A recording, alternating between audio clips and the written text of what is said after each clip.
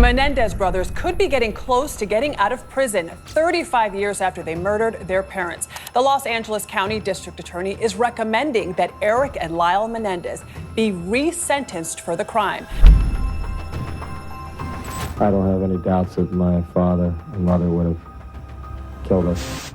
After nearly 35 years, a shocking twist in the Menendez brothers case has shaken the family and the public alike. Good afternoon. My name is Ana Maria Baralt, and I'm the niece of Jose Menendez. Eric and Menendez are my cousins. I would also like to acknowledge the other family members here, some standing. The district attorney has recommended a new sentence that could mean Lyle and Eric Menendez, one sentenced to life without parole, may soon walk free. Tune in as one choice could finally tear open the door to freedom or close it forever.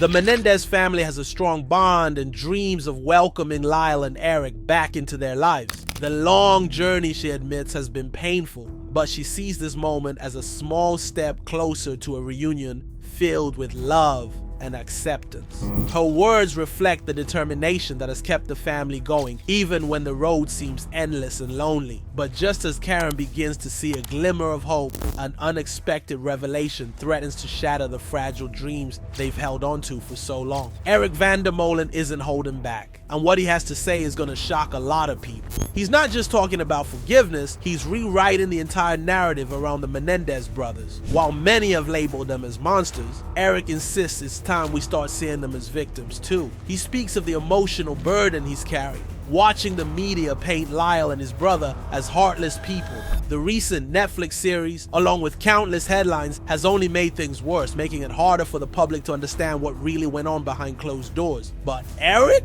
he's not backing down. He believes the brothers' story needs a complete rethink, and he's here to make sure people start asking the hard questions. Eric is convinced there's a new light shining on childhood trauma, and it's time for everyone to pay attention. He's adamant that society is waking up to the realities of abuse, and that's changing how we see cases like the Menendez brothers. It's about time people start caring, he says, his voice thick with frustration and hope. For him, it's not just about rehashing the past, it's about understanding the present and the ways in which trauma can twist lives beyond recognition. Eric is making it clear, what happened to his family isn't an isolated story. It's a call for deeper awareness. Natasha Leonardo is even more direct. Good afternoon, everyone. Buenas tardes. My name is Ana Maria Baralt. I am the niece of Jose Menendez. I stand before you today not just as a member of the Menendez family, but as someone who believes in truth, justice, and healing. She's had enough of the constant vilification. With the district attorney finally acknowledging the abuse allegations, Natasha feels validated. She's been saying it for years. Lyle and Eric were never the villains the media made them out to be. Now, with new evidence backing her up, Natasha demands that it's time for the brothers to come home. She's not just hopeful, she's angry at the injustice they've suffered for decades. For her, this isn't about a legal win, it's about the world recognizing that the Menendez brothers deserve to be treated as human beings, not just tabloid fodder. Karen, too, has been in this fight for decades. Good afternoon. There's a lot of you, and I'm very nervous. My name is Karen Vandermolen Copley.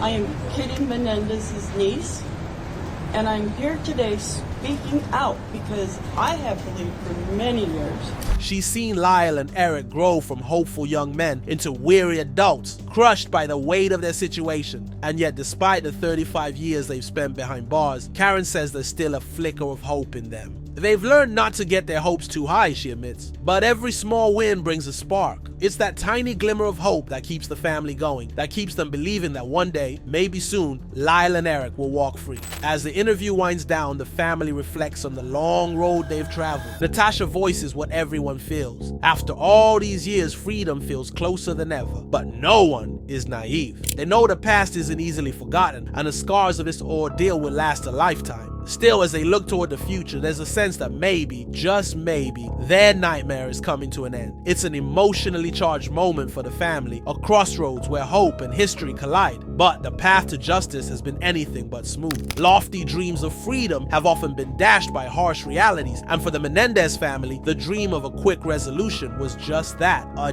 dream. Still, there's a stubborn belief that reconciliation is possible, that someday soon, Lyle and Eric will return to the life that was stolen from them. Then there's Tamara, who finds herself right in the middle of a case that's become a lightning rod for controversy. Even the district attorney can't ignore the tidal wave of public opinion, particularly from the younger generation, who have latched onto this story with a fervor no one saw coming. Why are they so captivated? Because this generation refuses to accept the old narratives about violence. They know that abuse doesn't have a gender. Back in the 90s, no one wanted to believe that men could be victims too. But today's youth, they see right through that. They know violence affects everyone, and they're calling out the justice system for punishing Lyle and Eric too harshly. Young people are now asking the hard questions. Haven't they suffered enough? Isn't 35 years long enough to pay for their mistakes?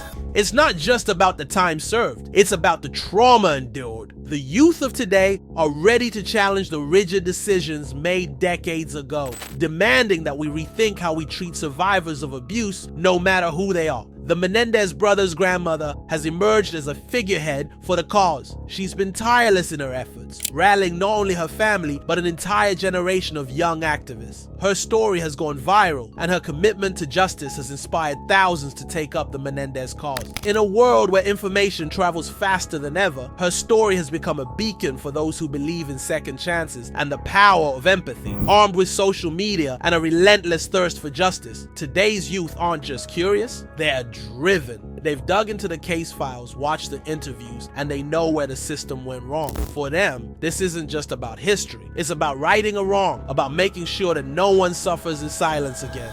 The truth is, Lyle and Eric were failed by the very people who should have protected them. By their parents, by the system, by society at large. This new wave of advocacy is loud, passionate, and unrelenting, and it's starting to feel like real change might just be on the horizon. This movement, spearheaded by a grandmother no less, has stirred controversy like never before. Her stubborn commitment has sparked something bigger than anyone anticipated, a rebellion driven by the fire of knowledge and an unshakable belief in change. She's not just advocating, she's demanding that the system bend, flex, and adapt. I defend my children with teeth and hands. Don't care the body no knows them. I knows my children. The younger generation sees her as a rebel, not just an example, proving that one voice, loud, persistent, and fearless, can challenge the entire status quo. They're not here for empty words, but for action. The message is clear. This is a fight, and they're all in. These young people aren't playing by the old rules anymore. Why should they? The outdated rules from the past don't reflect today's reality, and they're not afraid to say it. They're not asking for small changes. They're demanding that Eric and Lyle get another shot at life. They want the system that once condemned them to reconsider. After all, it's a system built on flawed understanding, ignorance of trauma, and blind punishment. This generation sees justice as something living and breathing, not some rigid set of rules. Justice to these young minds isn't just about locking people up and throwing away the key. It's about understanding second chances and growth. They're sick of seeing people like Eric and Lyle trapped in the past, victims of an era that couldn't comprehend trauma. The way they see it, the system's refusal to change is a kind of violence in itself. It's not enough to talk about fairness. They're here to force it. They're using their voices, their platforms, and their anger to push for a world where trauma is understood, not ignored. The Menendez case isn't just some old story gathering dust. It's a lightning rod for everything society is finally starting to understand about mental health and violence. It's a slap in the face to anyone who thinks the system doesn't need fixing. This case demands that we keep learning, keep pushing, and refuse to let people be trapped by the mistakes of the past. The younger generation is done letting the old guard decide who suffers and who gets a second chance. For them, this is more than a case. It's a movement for radical change, and the support behind this movement is overwhelming, fierce, and deeply felt. The family knows they're not alone anymore. People from all walks of life are standing up, proving that they believe in more than just words. They believe in action. The grandmother's defiant dedication proves that real change can happen if you're relentless enough, no matter how impossible it seems. Her fight reminds everyone that the system isn't untouchable. It can be broken down one piece at a time. When people came together to support this cause, it wasn't just lip service. It was a powerful show of strength, a collective push for justice that refused to be ignored. The family felt this solidarity deeply. The crowd wasn't just there to witness, they were part of the fight. Every person there knew that their voice mattered, and that's what's gonna make the difference. The past can't be erased, but this movement is about making sure it's never repeated. Lyle and Eric Menendez's story has haunted the public for decades, and now George Gascon, the Los Angeles DA, has put the possibility of change on the table. With his team, Ana Maria M. Barat, Jose Mendez, Karen Bender-Mullen, and others by his side, Gascon is facing a decision that could rock the very foundation of what we thought was set in stone. Will he back down, or will this be the moment everything changes? Gascon started by recognizing all the time and work his team put into re-examining the Menendez case. He explained there were mixed opinions in his office. Some thought the Menendez brothers should stay in prison because of questions about their claims of violence. Others felt strongly that they should be released, believing their story of violence. After considering everything, Gascon decided the brothers' sentences should be reviewed under the law. Defense attorney Mark Garagos and members of the Menendez family, they'll be holding a news conference. This will happen after Gascon's big announcement. We will be carrying both of those announcements live. He wants to suggest to the court that their sentences change from life without parole to 50 years, partly because they were both under 26 when the crime happened. If approved, this change would allow them to apply for parole immediately. Gascon also noted that public interest in the case had risen recently due to a documentary, which brought many questions to his office. Because of this attention, he moved the hearing date forward to respond to the media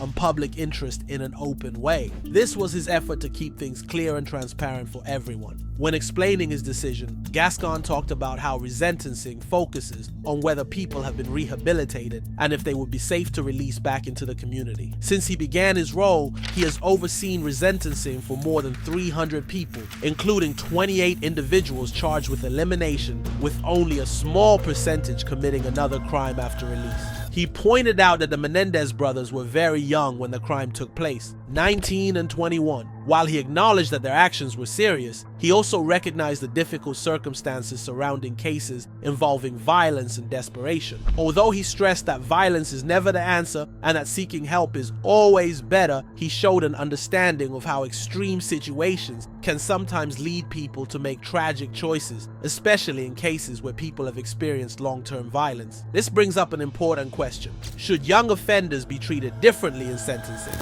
People react to some traumatic event like that in different ways. Especially when there's a background of violence. In a home marked by chaos and mistreatment, two brothers found themselves sentenced to life in prison without any chance of release. At the time, the laws were strict and their future seemed set in stone. Facing what could have been a lifetime behind bars, they could have fallen into common prison habits like joining gangs or getting into trouble. But instead, they chose a different path, one focused on personal growth and positive change. Even though they believed they might never leave prison, the brothers didn't give in to hopelessness. Instead, they started a journey of reflection and self-improvement. They looked inward, learning from their mistakes and working on becoming better people. Their lawyer explained that while many people in prison use education to improve themselves, these brothers went even further, finding ways to help other inmates as well. Well, I won't go into the details for a plan of reentry, but clearly that was one of the things that we provided. I mean, they have done some unbelievable work while in prison. For years, they organized and led groups to help fellow inmates deal with unresolved pain and trauma. They also supported inmates with physical challenges, doing what they could to make life a little easier for those around them. They even spoke up for better living conditions for their peers, working on their behalf to improve the day-to-day reality in prison. Now, after decades of effort, they have replaced the hopelessness of their early days with a life focused on service and community. Years of waiting now rest on one choice that could open a new door: It's been almost 35 years since these men went to prison. During that time, they've tried hard to prove they can change. Now they're up for parole. Some think they've paid for their crimes while others aren't so sure. The parole board is leaning towards giving them another chance. But it's up to the court to decide if they should walk free. Soon the court will consider if they deserve a new sentence and a shot at rejoining society. The goal here, to change their life sentence so they could get out on parole. This isn't just about their past actions as reckless teens, but about the big changes they've made as adults. But even in the district attorney's office, there are disagreements about what's right. Some say it's time for the court to give them a fair shot. Others say no way. This whole case brings a bigger issue: how we see victims of violence. Society has a lot of bias, especially when it comes to victims of intimate violence. We need to face those biases because they can lead to serious unfairness, especially in cases like this one. After spending so many years in prison, these men feel they've done their time. Our correspondent Matt Gutman is already outside the courthouse, ready to cover it all. He said the request for release might be filed tomorrow and a judge could look at it soon, but there are still a lot of steps. First, the judge has to agree that these men aren't dangerous anymore. If they're given parole, it means the judge thinks they're not a threat. Plus, the judge will have to decide whether to give them life again or use a law for young offenders. That law allows some people under 26 to be freed after serving part of their time. The parole board has to approve it too, and then the governor could step in to help or stop it. So while things are moving forward, nothing's certain yet. It could be days or even longer before we know what happens. There's already drama. Even the district attorney says not everyone agrees with his plan. Some in his office think they should stay locked up, and he's okay with the disagreement. He calls it part of the process. But it's clear this case has stirred up strong feelings everywhere. People remember what happened. These young men planned the attack, got the guns, fired 12 shots, eliminated their parents, and then tried to cover it up with a fake 911 call. What's the problem? What's the problem? Someone killed my parents. Pardon me? Someone killed. Yes, they've been behind bars for decades, and yes, they've been model prisoners. But there's still a lot of debate. Can they be trusted outside? Have they changed enough to deserve another shot? Some people are scared, others think they've earned their freedom. Outside the courthouse, people are interested. Crowds are gathering. The news is all over it. And even TikTok and Netflix have got folks talking. This case raises tough questions. What is fair justice? Can people really change? Should we let them back into society after what they did? Every day more people are weighing in, watching to see how this plays out and what it means for justice, forgiveness, and second chances. Can redemption truly outweigh the past? Share your thoughts in the comments, like if this resonated, and subscribe for more updates on this case.